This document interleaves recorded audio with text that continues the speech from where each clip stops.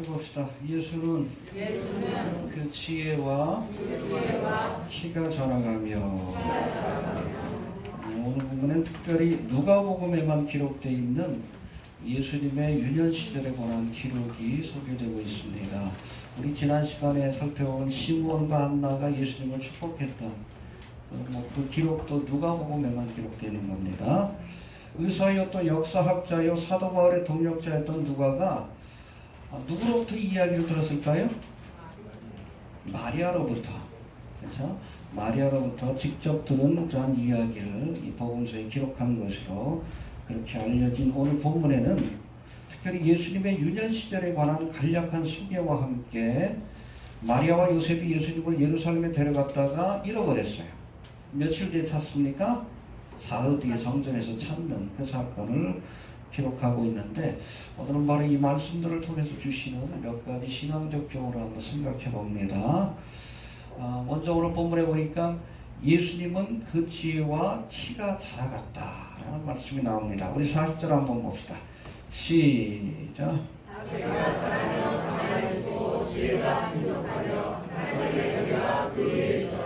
예, 오늘 읽은 본문의 처음과 마지막 절, 바로 40절과 50절에는 예수님의 유년 시절을 설명하는 간략한 말씀이 소개되고 있는데, 첫 번째 40절을 보니까 아기가 자라며, 해봅시다. 아기가 자라며 강하여지고 지혜가 충족하며 하나님의 은혜가 그 위에 있더라.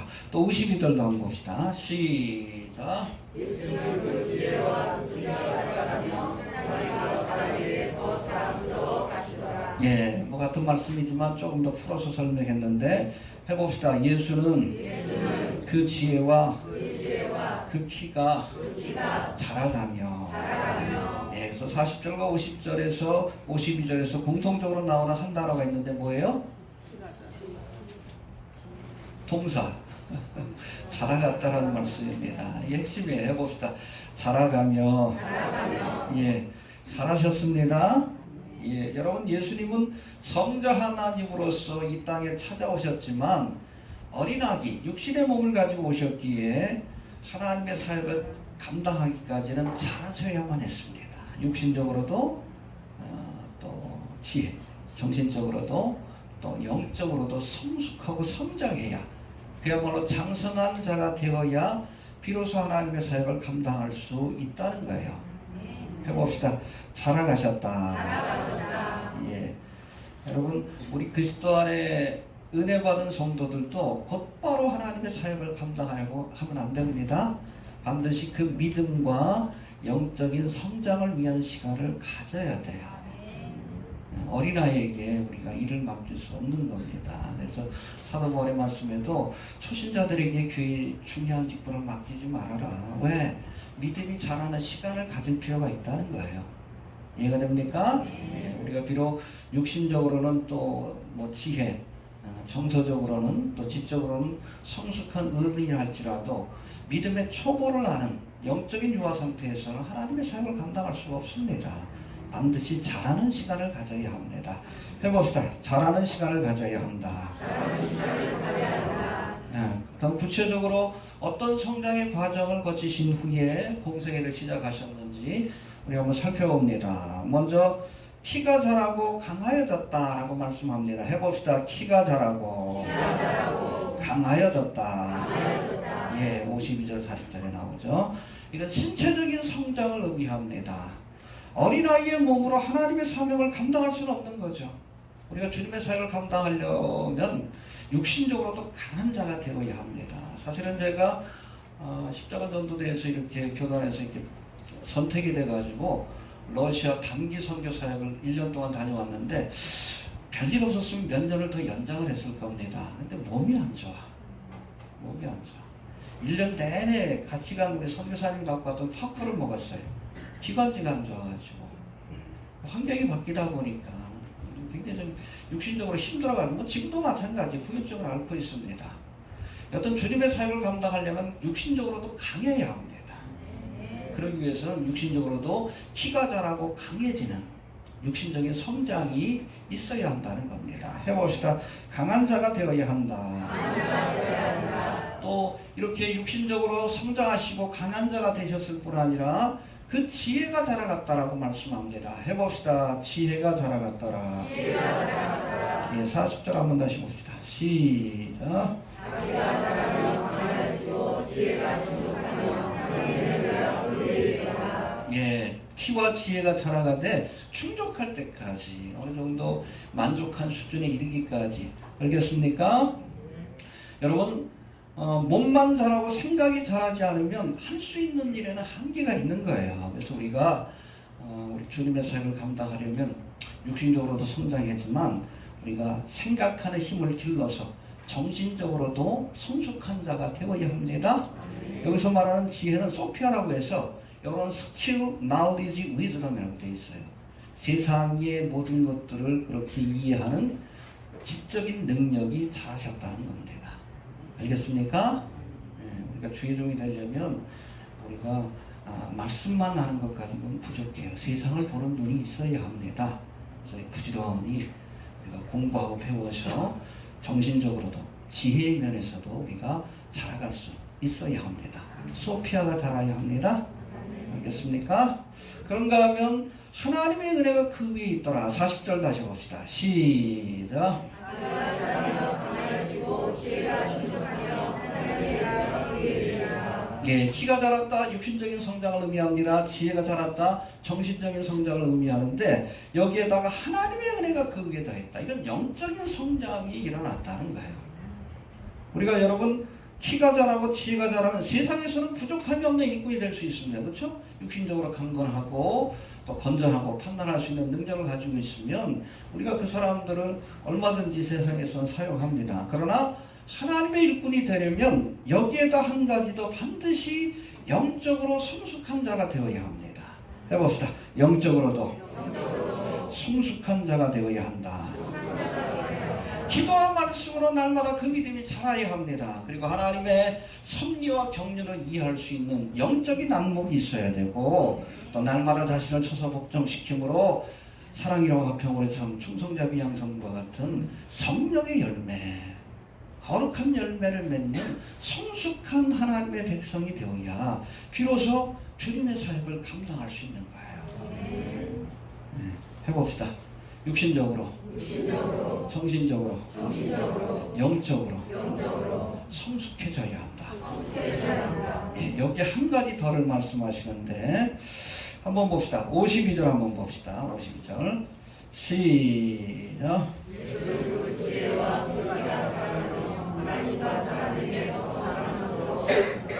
예, 해봅시다. 하나님과 사람에게 사랑스러워 가시더라. 예, 이 말씀은 예수님이 자라면서 하나님으로부터 신뢰와 사랑을 받았을 뿐 아니라 주변 사람들에게도 깊은 신뢰와 사랑을 받으셨다는 사실을 우리에게 말씀해 주고 있습니다. 해봅시다. 주변 사람에게도 사랑을 받으셨다.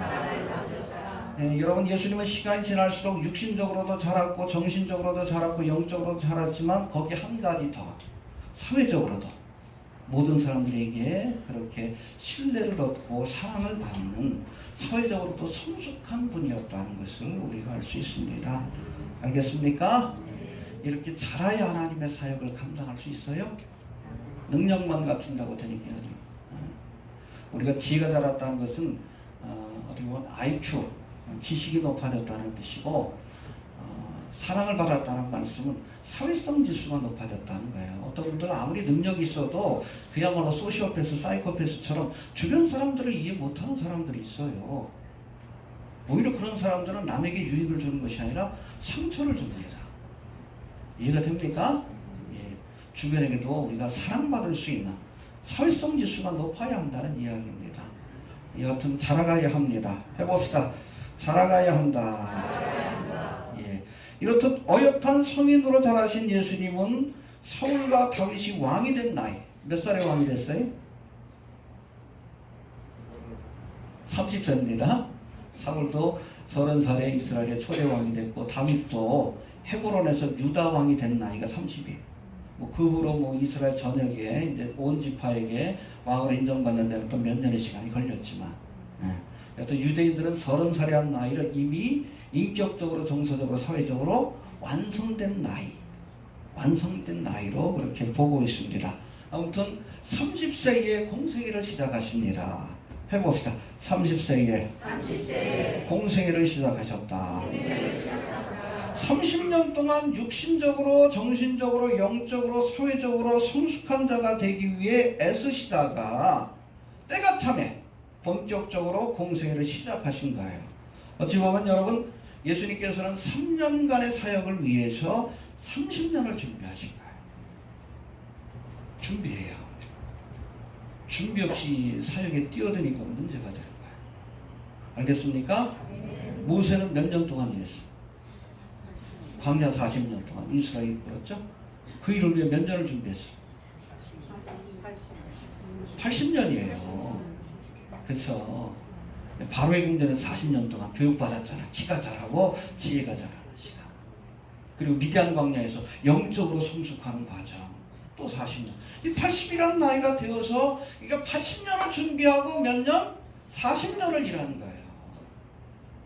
내가 얼마나 많은 기간 일하는가 중요한 게 아니에요. 어떻게 쓰임받는가 중요한데, 그러려면 여러분 준비한 만큼 쓰임받는 거예요. 예수님은 30년을 준비하시고 3년을 일하신 겁니다. 모세는 80년을 준비하고 40년을 일하는 거예요. 준비 없이 사역에 뛰어드니까 문제가 되는 거지. 우리나라에서는 특별히 이 마지막 때를 알는 사람들이 평신도가 중심이 되는데, 준비 없이 신학적으로 영적으로 이렇게 준비 없이 사역에 뛰어드니까 오히려 여러분 긍정적인 열매가 아니라 부정적인 열매가 맺혀지는 거 아니에요. 잘 나가다가 갑자기 그냥 비트코인 장사하고, 잘 나가다가 왜 정치에 빠져? 응? 그것도 왜 태극기 부대 선두주자가 돼? 그게 뭐예요? 지적으로 어린아이 같다는 얘기입니다. 인문학적 소양이 없는 거예요. 세상이 어떻게 돌아가는지 정치에 대한 것도 기본적인 지식도 없는 거예요. 그러니까 그런데 빠지지. 잘 준비되어야 합니다.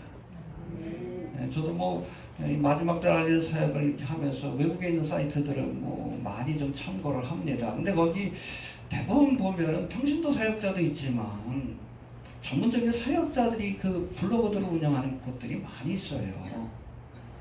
교단에 속한 목사나 아니면 신학자들이. 그런 분들이 하니까 큰 문제가 없는 거예요. 그렇죠? 성경적으로, 신학적으로 이 모든 것들을 다 검증해가지고 그런 자료들을 이렇게 내놓기 때문에. 근데 우리는 뭐 평신도가 중심이 되다 보니까 잘 나가다가 그냥 음모론에 빠지고, 그렇잖아요. 랩탈리언에 빠지고, 쓸데없는데. 잘 나가다가 왜 이상한 데로 빠져? 수비하게 빠지고. 그 말씀에 뿌리가 없어서 그래요. 우리가 준비되어야 합니다. 당장 일하는 게 중요한 게 아니에요. 하나님은 그렇게 사람을 쓰지 않습니다. 적어도 여러분 출애굽의 삶이 얼마나 그 막중해요. 그러니까 몇 년, 80년을 연단시키잖아. 80년. 예수님도 하나님의 아들인데도, 그렇죠? 성자 하나님은 오셨으면서도 30년을 준비하시고 3년을 일하신 거예요. 어떤 분들은 이제 마지막 때인데 우리가 열심히 해야 되지 않냐? 아니에요. 우리가 주님의 사역을 위해서 준비하는 것도 설익은 열매지만 하나님이 받아주십니다. 근데 준비 없이 사역을 하다가 오히려 부정적인 열매를 맺는 거예요. 지금 그러고 있잖아. 그러고 있잖아요.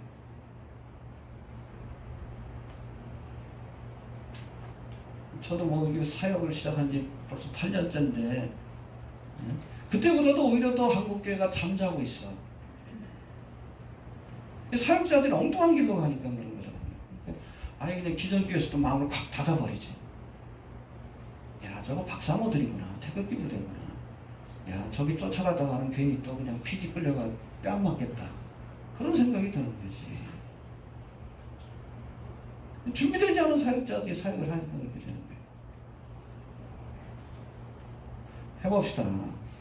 준비한 만큼 쓰임받을 수 있다. 예, 우리가 주님의 사역자가 되려면 예수님처럼 먼저 자신의 육체적인, 정신적인, 영적 성장을 위해서 그렇게 먼저 힘써야 한다는 이야기입니다. 알겠습니까? 잘 준비되어야 그래야 비로소 공생애를 시작하고 하나님의 사역을 감당할 수 있는 겁니다. 이해가 되십니까? 그리고 두 번째는 41절부터 51절까지의 말씀인데 여기에는 예수님의 유년 시절에 있었던 한 사건, 한 해프닝이 소개되고 있는데 이제 6월절을 맞아서 일가 친지들과 함께 그렇죠? 나사렛에서 함께 살고 있던 친척들과 함께 예루살렘을 찾아갔던 마리아와 요셉이 이제 예수님을 잃어버린 사건이 소개되고 있습니다. 예수님을 잃어버리고도 하루 동안 몰랐어. 왜 몰랐어요? 친척 중에 있는 줄로 생각한 거예요. 동행하는 줄로 생각한 겁니다. 하루 동안이나 깨닫지 못하고 있다가 이제 사흘 만에 예루살렘으로 돌아가서 성전에서 율법 선생들과 함께 토론하시는 그런 예수님을 만나서 되찾아오는 사건이 소개되고 있는데 오늘 이 사건을 통해 주시는 몇 가지 교훈들을 살펴봅니다. 먼저 오늘 본문에 보니까 이 마리아와 요셉이 예수를 잃어버리고 하루가 지나는 동안 하루의 시간이 지났음에도 잃어버린 사실을 깨닫지 못했어요. 아주 상징적인 사건입니다. 봅시다. 43절 44절 시작.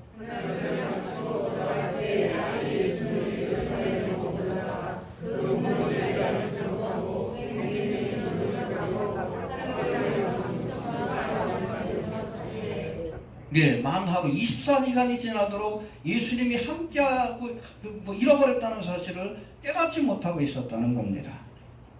6월절을 맞아 당시 12살이던 예수님을 데리고 예루살렘을 찾았던 마리아와 요셉은 친족들과 함께 고향인 나사렛으로 돌아오면서 만하루가 지나도록 예수님을 잃어버린 사실조차 깨닫지 못하고 있었습니다. 예수님이 친족들과 함께 있을 것이라는 막연한 생각 때문에 해봅시다. 동행 중에 있는 줄로 생각하고 잃어버린지도 모르고 동행 중에 있는 줄로 생각하고 그렇게 만하루길을 가다가 뒤늦게 예수를 잃어버렸다는 사실을 깨닫게 되었다는 겁니다. 여러분 믿음 생활은 예수님과 동행하는 삶입니다. 에녹이 하나님과 300년 동안 동행하다가 들림받는 거예요. 믿음 생활은 동행입니다. 부부의 관계도 동행이라고 하죠. 예전에 뭐 동행이라는 노래도 있는데 여하튼 함께 가는 겁니다. 이해가 됩니까? 그러니까 주님과 늘 동행하는 삶을 살아야 에녹처럼 주님께서 때가 되면 데려가시는 거예요. 야, 오늘은 내 집으로 가자. 그게 휴거의 사건 아니에요. 이해가 됩니까? 주님과 동행하시기를 바랍니다. 근데 어떤 분들은 오래전에 예수를 잃어버렸어. 그런데도 예수님이 동행하는 줄로 착각하는 사람들이 있어요. 이미 오래전에 예수님이 내 곁을 떠났는데 그런 사람들이 있다는 거예요. 마치 마리아와 요셉처럼. 이미 오래전에 예수님을 잃어버렸는데 만하루가 지나도록 하루면 얼마나 긴 시간이요. 애를 잃어버렸는데 골든타임 있잖아요. 그 시간이 지나도록 여러분 깨닫지 못했어요. 상징적인 사건입니다. 우리도 그럴 수 있다는 거예요. 이미 오래전에 우리의 삶 속에서 주님께서 우리의 곁을 떠났는데도 우리가 깨닫지 못하고 동행 중에 있는 줄로 착각하고 있는 것은 아닌지 내 믿음을 좀 돌아볼 수 있게 되길 바랍니다. 주님과 동행하고 계십니까? 돌아보셔요? 착각하고 있는 건 아닌지. 알겠습니까? 여러분 에스겔 8장부터 10장까지의 말씀에 보면 하나님께서 에스겔 선지자에게 이가봇의 환상을 보여주십니다. 8장에서는 성전에서 각종 우상을 섬기는 그런 가증한 모습을 보여주시고 그러한 성전에서 하나님께서 이제 심판을 내리시는 모습을 9장에서 보여주고 결국에는 10장에서는 하나님의 영광이 이 더러워진 성전에서 떠나가는 모습을 보여줍니다. 그것이 바로 하나님의 영광이 떠났다. 히브리어로 이가봇이에요. 해봅시다. 이가봇의 환상을 보여주셨다. 여러분 성전은 하나님의 집입니다. 하나님이 임재하는 곳이에요. 근데 그곳에 온갖 우상으로 더러워진 그 모습을 보시고 견디다 못해서 하나님이 떠나시는 거예요. 떠나시고 나서 어떤 사건이 일어났습니까? 결국 남유다에 의해서, 남유다가 바벨론에 의해서 멸망받고 거룩한 성전이라 하던 이 솔로몬이 지었던 성전도 바벨론 사람에 의해서 처참하게 파괴가 되는 거예요. 여러분, 아무리 건물이 아름답고 화려해도 하나님의 영광이 떠난 것은 성전이 아니에요. 하나님의 영광이 떠나니까 심판이 내리는 겁니다. 아무리 교회가 웅장하고 큰 건물을 갖고 있어도 하나님의 영광, 하나님의 임재 역사가 떠나면 교회가 아닙니다. 아무리 그럴듯한 직함을 가진 목사 장로라 할지라도 하나님의 임재 역사가 떠나면 여러분, 그건 참된 그리스도인이 아니에요. 그런 자에게 심판이 내려지는 거예요. 제가 주님과 동행하고 있는 것인지 좀 돌아올 수 있게 되기를 바랍니다. 우리 주는 교회는 늘 하나님의 임재 역사가 나타나는 교회이길 바랍니다. 우리 성도님들은 늘 주님과 동행하는, 알겠습니까? 좀 돌아보셔요. 혹시 내가 예수를 잃어버린 것은 아닌지, 동행 중에 있는 줄로 착각하면서 신앙생활을 하는 것은 아닌지, 형식적인 신앙생활을 하는 것은 아닌지, 습관적인 신앙생활을 하는 것은 아닌지 돌아올 수 있게 되길 바랍니다. 예. 이제는 예수님을 찾는 과정, 마리아 요셉이 하루 만에 예수를 잃어버린 사실을 깨닫고 이제 예수를 찾기 위해서 애쓰는 과정이 45절부터 49절까지 나오는데, 우리도 예수를 잃어버렸다면 되찾아야 합니다. 해봅시다. 잃어버린 예수를 찾아와야 한다. 알겠습니까? 네. 여러분, 이것이 바로 회복이에요. 회복입니다. 믿음이 회복되어야 합니다. 예. 어떻게 회복되었는가? 우리 45절 먼저 봅시다. 시작. 해봅시다. 예루살렘으로 돌아갔더라. 예, 여러분, 잃어버린 자리로 돌아가야 합니다. 내가 어쩌다가 예수를 잃어버리게 되었는지 잃어버린 자리로 돌아가서 우리가 다시금 믿음을 회복해야 합니다. 무엇 때문에 내가 예수를 잃어버렸는지 잃어버린 믿음의 자리로 좀 돌아갈 수 있게 되기를 바랍니다. 여러분, 회개라는 것은 돌아간다는 뜻이에요. 해봅시다. 돌아간다.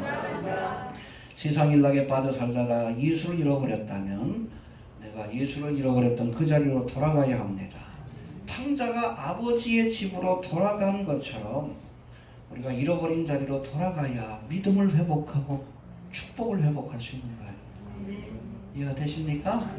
해봅시다. 돌아가자. 회개하라는 얘기예요. 내가 처음 주님을 만났던 그 자리, 믿음의 자리로 돌아갑시다. 알겠습니까? 특별히 이 마리아와 요셉이 예수를 되찾기 위해 돌아간 예루살렘은 사실은 성경의 모든 신앙적 사건이 시작되고 끝나는 곳입니다. 예수님께서도 부활승천하면서 예루살렘을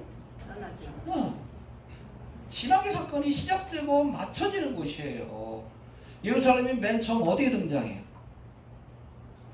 창세기. 어떤 사건? 아브라함, 이삭은 모리아산. 거기에 예루살렘이에요. 성전산이에요. 성전산. 처음 등장합니다. 그러니까 아브라함이 이삭을 바친 곳이에요. 그래서 여러분, 예루살렘 성전이 있는 그곳은 3대 종교의 성지입니다. 유대교의 성지요. 아브라함이 이삭을 바친 곳이요. 또 예수님이 십자가를 지신 기독교의 성지요. 또 이슬람 사람들은 또 그 마호메트 거기서 승천했다라고 나름대로 신화를 만들어 이렇게 주장하고 있어요. 이 황금동 사원이 바로 그것을 기념하는 그런 성소입니다. 여튼 아브라함이 이삭을 바친 것이고 훗날에 다윗이 그것을 이스라엘의 수도로 삼습니다. 그리고 다윗의 아들 솔로몬은 거기에다 뭘 지어요? 성전을 지어요. 또 예수님께서 태어나신 곳이 어디입니까? 예루살렘 아니에요. 베들레헴, 예루살렘에서 가깝습니다. 굉장히 가까워요. 한 4km 정도밖에 안 떨어져 있어요.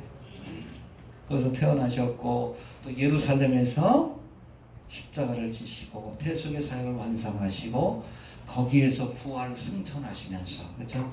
예루살렘이 보이는 감람산에서 이렇게 승천하시면서 내가 다시 오리라 제 이름에 대한 약속을 주신 곳도 그곳입니다.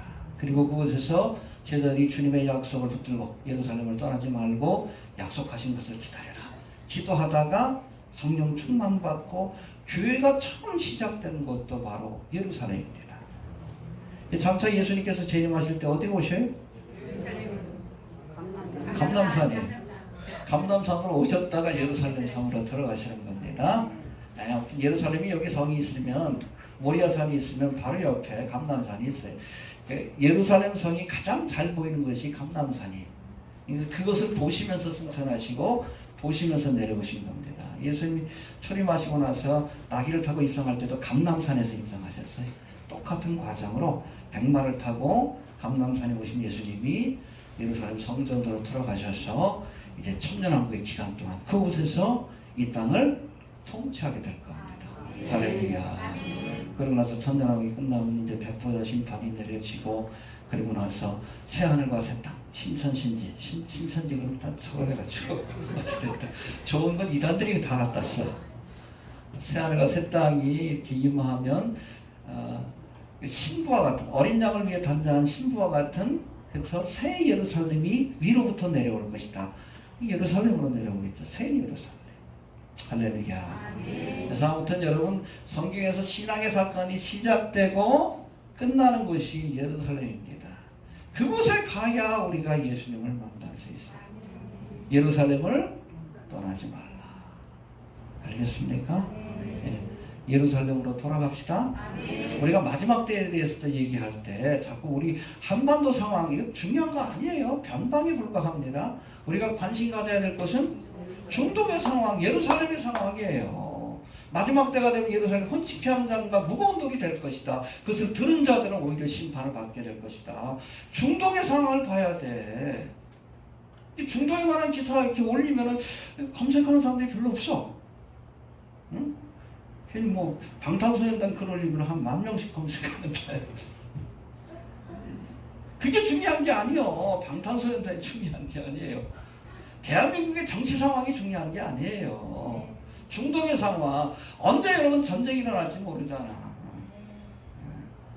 지금 뭐 이스라엘하고 사우디아라비아가 뭐 이란하고 지금 전쟁을 준비한다고 그러잖아요. 응? 핵무기의 제조가 이제 얼마 남지 않았다고 보는 겁니다. 그래서 어떻게 해? 그 다음 수순은 뭐예요? 결국엔 이스라엘이 이란의 핵시설을 공습하는 것이 다음 시나리오가 될 거예요. 그래서 국가마개 전쟁이 일어나는 거예요. 그 전후로 해서 휴거 사건이 일어납니다. 얼마나 급박하게 돌아가. 이게 중요한 거예요. 알겠습니까? 여기에 관심을 갖는 사람들이 진짜예요. 나머지는 가짜예요. 이게 중요한 게 아니에요. 예루살렘을 주목합시다. 알겠습니까? 예. 그래야 우리가 예수를 만날 수 있어요. 이해가 되십니까? 해봅시다. 예루살렘으로 돌아갔다. 예, 돌아가면서 사흘 만에 예수님을 찾았다고 했는데 46절을 봅시다. 시작.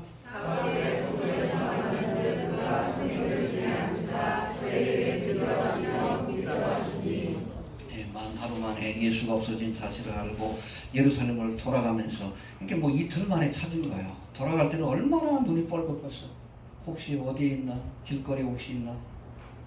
아무튼 예수를 만날 때까지 찾고 찾다가 결국에는 예루살렘에서 예수님을 만난 겁니다. 할렐루야. 여러분 잃어버린 건 쉬울지 모르지만 찾는 과정은 어려운 거예요. 찾도록 찾아야 합니다. 집안에서 드라크마를 잃어버렸던 여인이 찾도록 찾았다라는 말씀을 해봅시다. 찾도록 찾았더라. 찾을 때까지 포기하지 않고 찾았다는 거예요. 그래야 예수를 다시 되찾을 수 있는 거예요.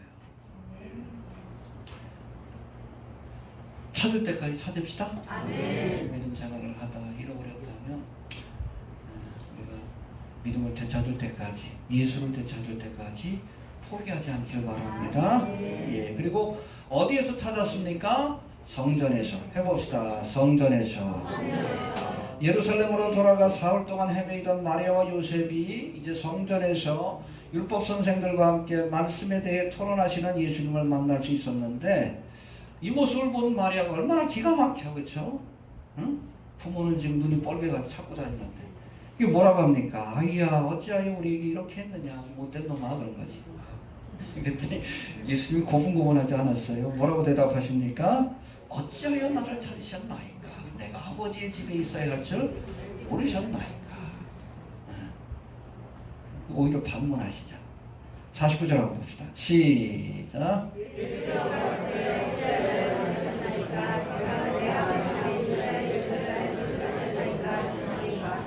예, 성자 하나님으로 이 땅에 오신 예수님은 아마 본능적으로 그리고 어린 나이지만 아버지 하나님이 참된 하나님인 것을 알았고 궁극적으로 자기가 아버지 집에 거해야 한다는 것을 아셨다는 거예요. 할렐루야. 이제 우리가 예수님을 만나려면 예수님이 머무시는 성전으로 가야 합니다. 해봅시다. 성전으로 가야 한다.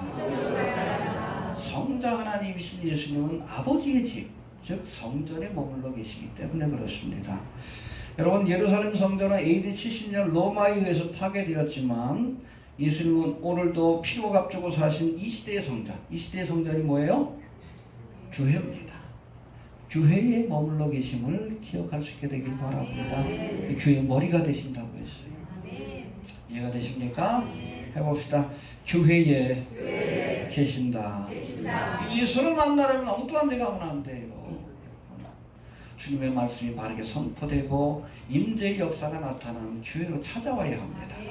두세 사람이 내 이름으로 모인 곳에, 그렇죠, 성도들의 모임이 에클레시아 교회입니다. 이 건물이 아니에요. 여러분, 교회는. 이해가 됩니까?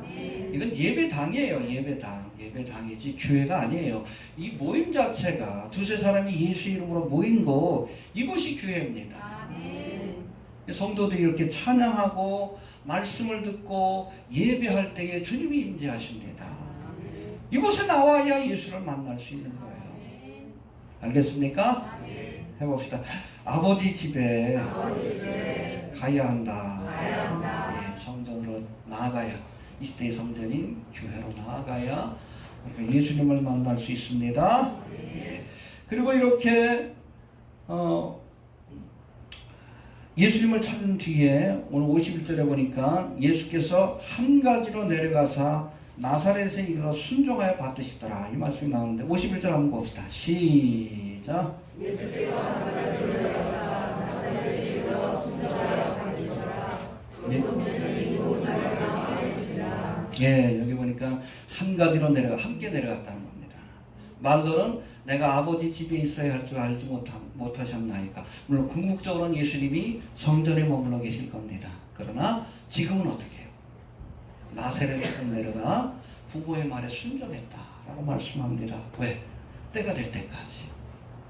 이해가 됩니까? 해봅시다. 한 가지로 내려가 순종하여 받으시더라. 우여곡절 끝에 예루살렘에서 집으로 돌아온 예수님은 오늘 본문의 말씀에 보니까 이제 마리아와 요셉에게 순종하는 삶을 사셨습니다. 비록 하나님의 아들이긴 하셨지만 육신의 부모인 마리아와 요셉에게 순종하셨어요. 왜? 부모에게 순종하는 것이 곧 하나님의 명령에 순종하는 것이기 때문에. 알겠습니까? 해봅시다. 부모에게 순종하였더라. 여러분, 우리 그리스도인들은 예수님처럼 하나님이 이 땅에 세우신 권세에 순종해야 합니다. 그 권세에 순종하는 것이 하나님께 순종하는 거예요. 그 질서를 만드시고 권세자를 세우신 하나님께 순종하는 겁니다. 집안에서는 누구에게? 부모에게 순종해요. 내 부모를 공경하라. 알겠습니까? 특히 어린 나이 때는 부모의 말에 순종해야 합니다. 또 세상에서는 우리가 직장 상사라든지 아니면 이 땅의 권세자, 정치가들에게 순종해야 합니다. 그들이 하나님의 말씀에서 벗어나는 그런 것들을 요구하지 않는 한 우리가 순종하는 것이 맞습니다. 네. 쓸데없이 태극기 들고, 여러분, 박근혜를 세우신 분이 누구요? 패하신 분. 문재인을 세우신 분. 그렇죠. 패하실 때까지는 순종하는 것이 맞아요.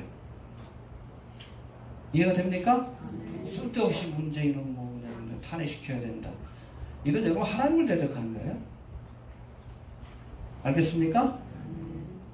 이해가 됩니까? 물론 여러분 세상의 권세자가 하나님의 말씀에서 벗어난 것들을 요구할 때는 그때는 노라고 해야 합니다.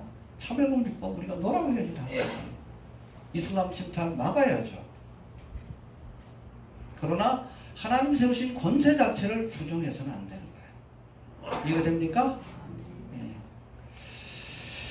마찬가지로 교회에선 주의종들에게 또한 순종해야 합니다. 부모나 권세자나 주의종들이 하나님의 뜻을 정면으로 거역하지 않는 한 예수님처럼 그 권세에, 그렇죠? 육신의 부모에게 순종했던 예수님처럼, 그렇죠? 가이사의 것은 하나님의 것은 그렇죠. 그 권세에 순종했던 예수님처럼 순종해야 합니다. 그게 바로 하나님의 뜻에 순종하는 길임을 기억할 수 있게 되기를 바랍니다. 예. 이렇듯 나사렛으로 돌아와 육신의 부모에게 순종하던 예수님은 이제 일찍 세상을 떠난 요셉을 대신해서 동생들을 돌보는 가장의 도리를 다했습니다. 아마도 요셉이 일찍 세상을 떠났던 것 같아요. 그래서 이 요셉의 직업이 뭡니까? 그렇죠. 그래서 어린 시절부터 집안의 가장 역할을 예수님이 요셉으로 배웠던 목수의 일을 하면서 동생들을 건수하고 돌보시고, 그래서 장가도 못 가셨어요. 보통 한 20세 정도는 장가를 가는데 이 동생들 다 건수하시고 나서 30세에 이 공생애를 시작하신 겁니다. 할렐루야. 예. 여러분, 간혹 보면 하나님의 일을 한다는 핑계를 대면서 자식의 도리, 부모의 도리, 남편의 도리를 외면하는 사역자들이 있어요. 그건 하나님이 기뻐하는 뜻이 아닙니다. 예수님은 가장의 도리, 또 자식의 도리를 다한 후에 비로소 공생애를 시작하셨습니다. 이해가 됩니까? 왜 30살이 될 때까지 공생을 시작하지 않으셨는가? 여러 가지 이유가 있지만 그 중에 하나가 그렇잖아요. 요셉을 대신해서 동생들을 건수해야지. 그렇잖아요. 형제들을 건수해야지. 또 어머님을 복양해야죠. 그렇잖아요. 그 도리를 다 하시기 위해 십자가에 돌아가실 때도 뭐라고 했어요? 요한에게 네 어미라. 예수님이 마리아를 위임하시잖아요. 끝까지 자식된 도리를 다 하는 겁니다. 해봅시다. 끝까지 자식된 도리를 다 하셨다. 네. 근데 간혹 하나님의 일을 한다는 핑계로 자식의 도리, 남편의 도리, 부모의 도리를 외면하는 사람들이 있는데, 고르반이라는 핑계를 대며 자식의 도리를 외면했던 바리새인처럼 하나님의 일을 한다는 핑계를 대면서 가장으로서 마땅히 해야 할 일을 저버리는 사역자들에겐 하나님의 심판이 있다는 것을 기억할 수 있게 되길 바랍니다. 알겠습니까? 네. 그 신학적으로도 미국에서 그 PC 프로그램이라는 것이 있어요. 이게 뭐 Pastoral Child 혹은 Pastoral Children's Program이라고 하는데, 목회자 자녀들 가운데 신앙적으로 사회적으로 문제를 일으키는 자녀들이 많이 있다고 합니다. 그게 왜 그래요? 부모가 자기가 목회자라는 이유 때문에 부모의 도리를 제대로 안 한 거예요. 애들을 그냥 내버려둔 겁니다. 어린 시절에 그 모습을 보면서 상처를 받는 거예요. 그래서 오히려 삐뚤어지는, 신앙적으로 사회적으로 삐뚤어지는 아이들이 많이 생겨난다는 거예요. 그러면 안 되는 거예요. 그러니까 하나님의 사역을 감당하기 전에 있잖아요. 내 가정도 건수하지 못하는 사람이 무슨 교회를 책임져? 예수님은 끝까지 가장으로서의 책임을 다 하고 나서 비로소 공생애를 시작한 겁니다. 핑계가 되면 안 됩니다. 네. 나의 할 일에 최선을 다하는 사람이 하나님의 일도 할 수 있는 거예요. 해봅시다. 내가 해야 할 일을 최선을 다해 감당하는 사람이 그렇죠. 그런 사람이 교회도 책임지고 하나님의 사역도 감당하게 되는 겁니다. 알겠습니까? 예. 그리고 마지막으로 우리 51절 다시 한번 보면 51절 다시 한번 봅시다. 시작.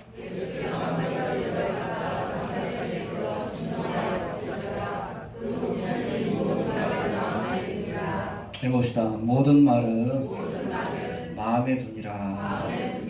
예, 모든 말이 아니라 원문을 보면 모든 일을 마음에 두었다. 그렇게 해석한 것이 맞습니다. 잃어버렸다 되찾는 그 사건이라든지 뭐 그때 예수님 주셨던 말씀, 야, 왜 이렇게 했느냐 했을 때 내가 아버지의 집에 있어야 할 줄 알지 못하셨나이까. 그 말씀을 마음에 두었다는 거예요. 근데 그 사건을 경험하고 말씀을 들을 때는 이해했어요? 이해를 못했어요? 해봅시다. 이해를 못했지만 마음에 두었다. 그게 중요한 거예요. 때로 하나님의 말씀이, 예수님이 주신 말씀이 당장 이해가 안 될 때가 있어요. 왜? 내가 그것을 이해할 수 있는 믿음의 수준이 안 되기 때문에. 이해가 안 돼도 그 말씀을 마음에 두고 순종하는 믿음이 필요하다는 거예요. 어떨 때는. 알겠습니까? 순종하다 보면 나중에 이해가 돼. 이해가 됩니까? 네, 해봅시다. 이해가 되지 않아도 말씀을 마음에 두어야 한다. 할렐루야.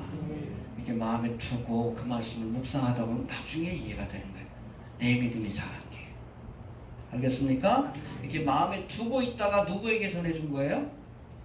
아니, 누가에게 전해준 거지. 그것을 기록할 수 있었던 거예요. 할렐루야. 비슷한 말씀이 19절에도 나옵니다. 19절, 2장 19절. 18절부터 봅시다. 18절, 19절. 17절부터 봅시다. 시작.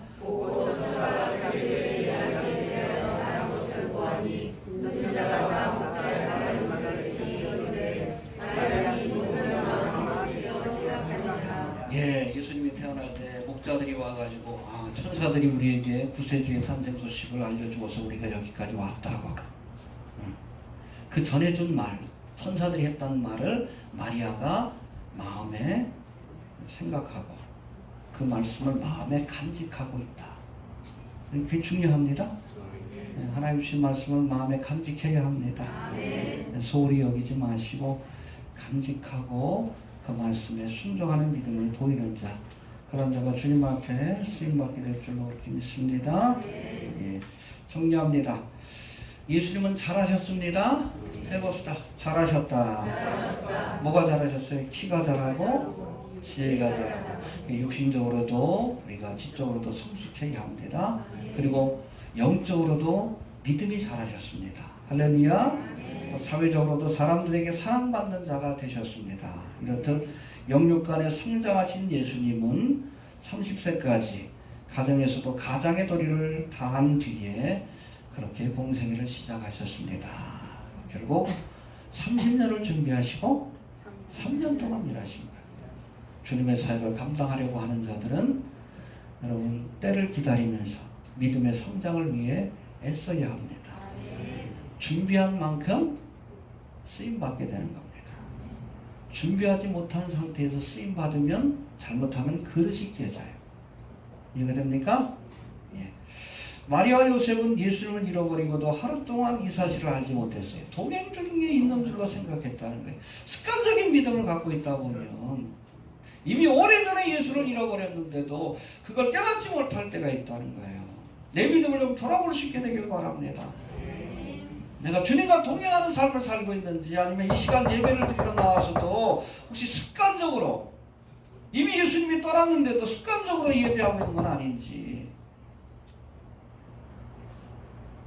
그건 종교생활이에요. 신앙생활이에요. 혹시 잃어버린 건 아닌지 되찾아야 합니다. 처음 사랑을 되찾아야 돼요. 되찾으시길 바랍니다. 예루살렘으로 돌아가서. 알겠습니까? 하나님이 계시는 하나님의 임재 역사가 나타나는 성전으로 가서 예수님을 되찾고 주님과 함께 동행하시길 바랍니다. 알겠습니까? 여하튼 우리도 잃어버린 예수를 다시 되찾아 나사렛에서 돌아왔던 마리아와 요셉처럼 혹시 내가 예수를 잃어버린 건 아닌지 한 주일 동안 내 믿음을 좀 돌아보면서 혹시 내 믿음을 잃어버린 사람들이 있다면 우리가 예수를 되찾기 위해서, 처음 사랑을 되찾기 위해서 다시 한번 우리 믿음을 새롭게 하는 예루살렘을 바라보는 우리 귀한 성도들 좀 될 수 있기를 바랍니다. 주신 말씀 붙들고 기도합니다. 하나님, 오늘 감사합니다.